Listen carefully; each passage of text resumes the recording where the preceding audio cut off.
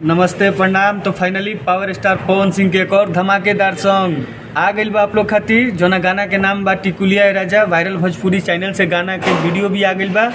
आज 10 बजे आप लोग गाना के सुनी, ढेर सारा प्यार दिया। गाना टिकुलिया ए राजा बहुत मस्त बा। ली जाए गाना सुनी जा, सुन लेनी जा। गाना के भैया भर भर के प्यार मिल रहा बा। हमारे लागत है कि अभी तक देखनी है तो 54, 55, 56 हज़ार तक व्यूज चल गई बा 1 घंटा में 2 घंटा में।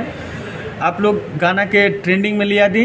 गाना बहुत ही मस्त है, सुनिए आप लोग। ऐसा ही भोजपुरी में गाना आना चाहिए। हम चाहते हैं कभी भी भोजपुरी में अश्लील से हट के कुछ भी बनाइए तो मस्त बनाइए। और पवन सिंह, फाइनली पवन सिंह को अब तो आप लोग प्यार करते ही हैं। हर एक कौन सा भी उनका गाना है, कुछ भी गाना है, आप लोग उस गाने को प्यार देते हैं, भर भर के प्यार देते हैं, ट्रेंडिंग में लाते हैं। महीनों तक टॉप म्यूजिक में गाना रहता है पावर स्टार पवन सिंह का। और हमारे और भोजपुरी के सारे कलाकार हैं, उन लोग को भी अपना प्यार दीजिए। और मेरे चैनल को लाइक कीजिए, शेयर कीजिए, सब्सक्राइब कीजिए, क्योंकि मेरा भी चैनल अब ज़्यादा दिन नहीं बचा है, ग्रो होने वाला है। तो आप लोग का प्यार मिलना बहुत ज़्यादा ज़रूरी है। और मेरे चैनल को भर भर के प्यार दीजिए, आप लोग दे रहे हैं। हम चाहते हैं इसी प्रकार से आप लोग मेरे चैनल को देखिए और गाना सुनिए।